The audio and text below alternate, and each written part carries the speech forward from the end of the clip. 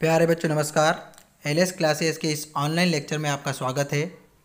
जैसा कि बच्चों हमने पिछले वीडियो में कक्षा 10वीं विषय गणित की प्रश्नावली 1.2 के प्रश्न क्रमांक 1 के सवालों को हल किया और आज हम सीखेंगे प्रश्नावली 1.2 का प्रश्न क्रमांक 2, 3 और 4। तो आइए शुरू करते हैं हमारे आज की क्लास। बच्चों इससे पहले कि हम प्रश्न क्रमांक 2 के सवालों को हल करें, आइए जान लेते हैं कि एचसीएफ और एलसीएम क्या है।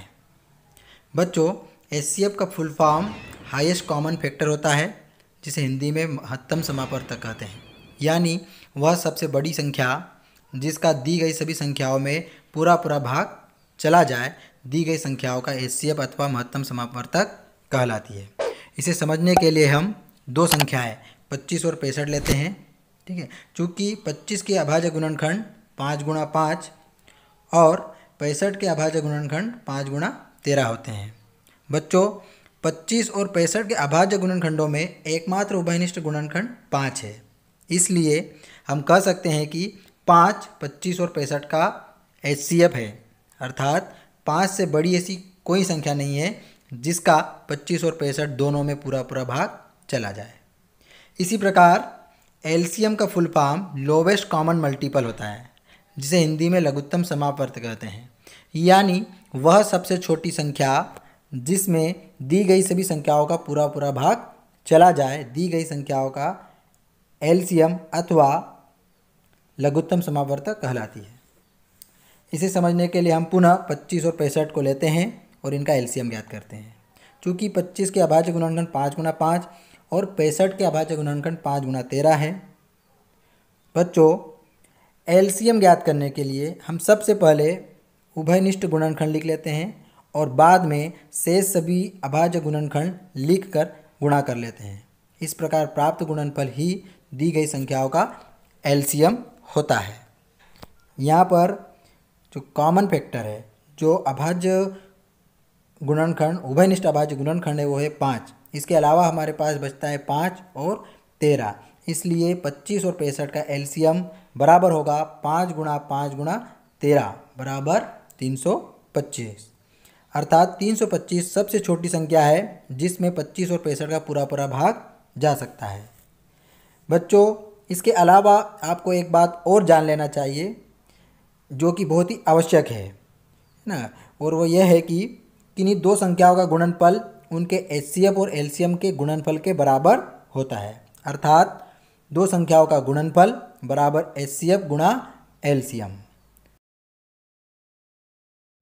तो बच्चों हमने एचसीएफ और एलसीएम के बारे में जान लिया है। आइए अब हल करते हैं प्रश्नावली 1.2 का प्रश्न क्रमांक 2।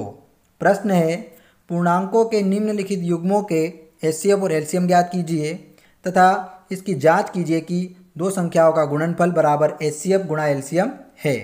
प्रश्न में कुल 3 भाग है। पहले भाग में 26 और 91 दिया है, दूसरे भाग में 510 और 92 और तीसरे भाग में 336 और 54। तो बच्चों समझते हैं प्रश्न क्रमांक 2 का पहला भाग। संख्याएं हैं 26 और 91। सबसे पहले 26 और 91 के अभाज्य गुणनखंड ज्ञात करेंगे।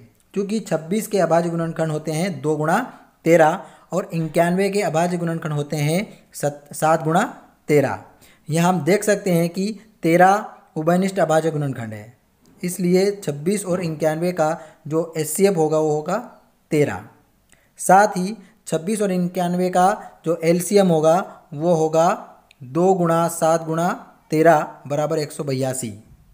बच्चों ध्यान रखने वाली बात यह है कि दी गई संख्याओं का एलसीएम ज्ञात करने के लिए संख्याओं का एचसीएफ और उसके अलावा शेष बचे सभी अभाज्य गुणनखंड लेकर गुणा किया जाता है।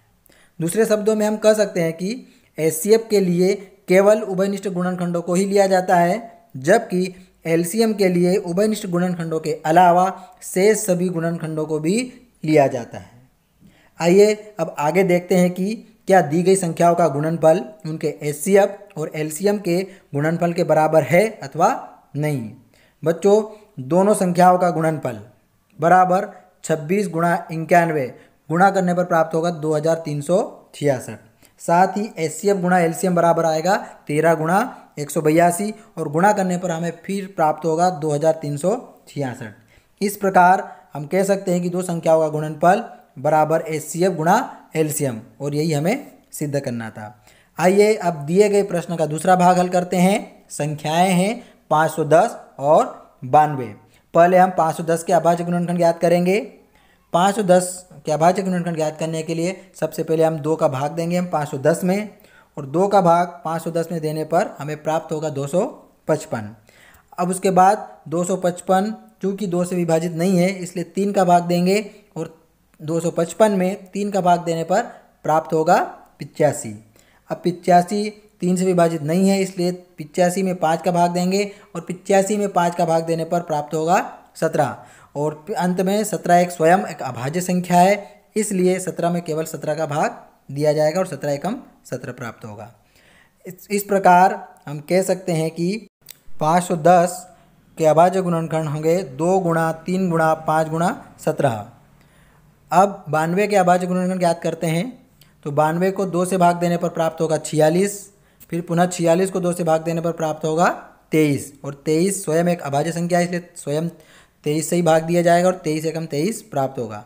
इस प्रकार 92 के अभाज्य गुणनखंड होंगे 2 गुणा 2 गुणा 23। ठीक है, या हम इसको लिख सकते हैं 2 की घात 2 गुणा 23। इसलिए HCF प्राप्त होगा 510 और 92 का HCF जो होगा 2, क्योंकि उभयनिष्ठ अभाज्य गुणनखंड केवल 2 है। साथ ही LCM की बात करें तो LCM के लिए सबसे पहले हम 2 लिखेंगे क्योंकि उभयनिष्ठ गुणनखंड है। इसके अलावा जो शेष बचते हैं आप सभी अभाज्य गुणनखंड उन्हें लिखेंगे। तो उभयनिष्ठ गुणनखंड लिखने के बाद 1 2 अतिरिक्त बचता है उसे लिखेंगे। उसके बाद हम ठीक है से 3 को लिखेंगे। उसके बाद 5 गुणा 17 गुणा 23, और इन सब का गुणा करने पर प्राप्त होगा हमें 23,460। तो आइए जांच करते हैं कि क्या संख्याओं का गुणनफल उनके HCF और LCM के गुणनफल के बराबर है अथवा नहीं।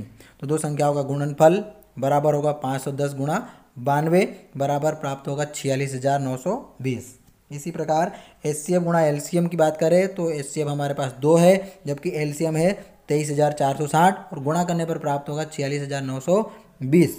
इस प्रकार संख्याओं का गुणनफल बराबर है HCF गुणा LCM, यही सिद्ध करना था।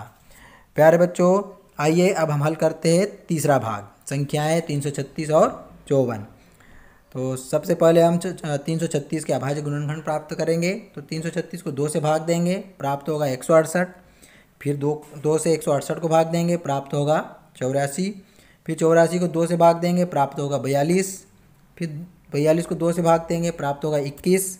21 2 से विभाजित नहीं है इसलिए 3 से भाग देंगे, प्राप्त होगा 7, और फिर 7 को 7 से भाग देने पर प्राप्त होगा 1। इस प्रकार हम लिख सकते हैं कि 336 बराबर 2 गुणा 2 गुणा 2 गुणा 2 गुणा 3 गुणा 7, या बराबर 2 की घात 4 गुणा 3 गुणा 7। इसके अलावा हम 54 के अभाज्य गुणनखंड ज्ञात करेंगे। 54 को 2 से भाग देंगे, 27 प्राप्त होगा।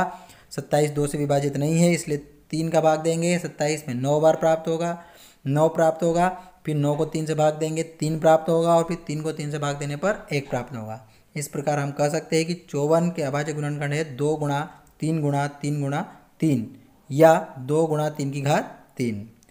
इस प्रकार 336 और 54 का जो HCF होगा वो होगा 2 गुणा 3 बराबर 6, क्योंकि जो उभयनिष्ठ गुणनखंड है वो 2 और केवल 3 है। और LCM होगा है ना। LCM ज्ञात करने के लिए हम जो अभाज्य गुणनखंड है, प्रत्येक अभाज्य गुणनखंड दोनों संख्याओं के अभाज्य गुणनखंडों में से किसी की भी बात करें, उसकी जो हाईएस्ट पावर है उसे लेते हैं। तो 2 की अधिकतम घात 4 है इसलिए 2 की घात 4, गुणा 3 की अधिकतम घात 3 है इसलिए 3 की घात 3, और गुणा 7। यहाँ पे 7 भी लिया जाएगा, इससे कोई मतलब नहीं है कि वो उभयनिष्ठ है अथवा नहीं। सारे अभाज्य गुणनखंड लेना है और सबकी अधिकतम घात को लेना है। इन सब का गुणा करने पर प्राप्त होगा हमें 3024। इस प्रकार दी गई संख्याओं 336 और 54 का HCF हमें प्राप्त हुआ 6 और LCM प्राप्त हुआ 3024। आइए आगे जांच करते हैं कि क्या संख्याओं का गुणनफल उनके एचसीएफ और एलसीएम के गुणनफल के बराबर है अथवा नहीं। तो दो संख्याओं का गुणनफल, पहली संख्या है 336 गुणा 54 बराबर प्राप्त होगा हमें 18,144। साथ ही एचसीएफ गुणा एलसीएम बराबर 6 गुणा 3024 बराबर प्राप्त होगा 18,144। इस प्रकार दो संख्याओं का गुणनफल बराबर एचसीएफ गुणा एलसीएम, और यही हमें सिद्ध करना था। आइए अब हल करते हैं प्रश्नावली 1.2 का तीसरा प्रश्न। प्रश्न है अभाज्य गुणनखंड विधि द्वारा निम्नलिखित पूर्णांकों के एलसीएम और एचसीएफ ज्ञात कीजिए। कुल 3 भाग है। पहले भाग में हमें 12, 15 और 21 का अभाज्य गुणनखंड विधि से एलसीएम और एचसीएफ ज्ञात करना है। तो पहले हम 12 के अभाज्य गुणनखंड ज्ञात करते हैं। तो 12 को 2 से भाग देने पर 6 प्राप्त होगा, फिर 6 को 2 से भाग देने पर 3 प्राप्त होगा, और 3 को फिर 3 से भाग देंगे 1 प्राप्त होगा। इस प्रकार जो 12 के अभाज्य गुणनखंड होंगे 2 गुणा 2 गुणा 3 बराबर 2 की घात 2 गुणा 3। इसी प्रकार 15 के अभाज्य गुणनखंड होंगे 3 गुणा 5। साथ ही 21 के अभाज्य गुणनखंड होंगे 3 गुणा 7। इसलिए 12, 15 और 21 का जो एचसीएफ होगा 3, क्योंकि एकमात्र 3 ही उभयनिष्ठ अभाज्य गुणनखंड है। इसके अलावा बात करें एलसीएम की, तो एलसीएम बराबर होगा, है ना, एक्चुअली हमारे पास अभाज्य गुणनखंड में 2 है, 3 है, 5 है और 7, और 2 की अधिकतम घात 2 है, इसलिए 2 की घात 2 लिखेंगे। लेकिन 3, 5 और 7 की अधिकतम घात केवल 1 है, इसलिए केवल 3, 5 और 7 ही लिखेंगे। तो इस प्रकार एलसीएम बराबर हो जाएगा 2 की घात 2 गुणा 3 गुणा 5 गुणा 7 बराबर प्राप्त होगा गुणा करने पर 420। आगे दूसरा भाग हल करते हैं। संख्याएं हैं 17, 23 और 29। प्यारे बच्चों, 17 के अभाज्य गुणनखंड होंगे 1 गुणा 17, क्योंकि 17, 23 और 29 तीनों ही अभाज्य संख्याएं हैं, और 17, 23 और 29 तीनों के ही ना 1 और स्वयं के अलावा दूसरा कोई अभाज्य गुणनखंड नहीं होगा। तो 17 के अभाज्य गुणनखंड होंगे 1 गुणा 17, 23 के होंगे 1 गुणा 23 और 29 के होंगे 1 गुणा 29। और इस प्रकार तीनों संख्याओं 17, 23 और 29 का जो एचसीएफ होगा 1, क्योंकि तीनों में कॉमन केवल 1 ही है। इसके अलावा एलसीएम की बात करें तो एलसीएम प्राप्त होगा 1 गुणा 17 गुणा 23 गुणा 29, और 1 को लिखने की आवश्यकता नहीं है। इस प्रकार गुणनफल प्राप्त होगा 11,339, और यही दी गई संख्याओं का एलसीएम है। प्यारे बच्चों, मैं चाहता हूँ इन सवालों के आधार पर प्रश्न क्रमांक 3 का जो तीसरा भाग है वो आप स्वयं हल करें।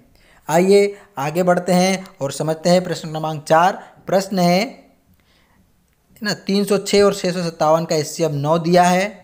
एलसीएम 306 और 657 का ज्ञात कीजिए। आइए हल करते हैं। हमें दिया है एचसीएफ बराबर 306 और 657 बराबर 9, और हम जानते हैं कि एलसीएम गुणा एचसीएफ बराबर होता है दो संख्याओं का गुणनफल। इसलिए हम लिख सकते हैं एलसीएम बराबर दो संख्याओं का गुणनफल बटे एचसीएफ। इसके बराबर आएगा 306 गुणा 657 बटे 9। इस प्रकार 9 से 306 को काट देंगे तो 34 प्राप्त होगा। तो बराबर हम लिख सकते हैं 34 गुणा 657, और गुणा करने पर प्राप्त होगा 22,338। इस प्रकार हम कह सकते हैं कि एलसीएम 306 और 657 का जो एलसीएम होगा 22,338। तो प्यारे बच्चों, आज के लिए बस इतना ही। उम्मीद है हमारा यह आज का वीडियो आपको पसंद आया होगा। मिलते हैं अगले वीडियो में, जिसमें हम प्रश्नावली 1.2 के शेष प्रश्नों को हल करेंगे। तब तक के लिए धन्यवाद।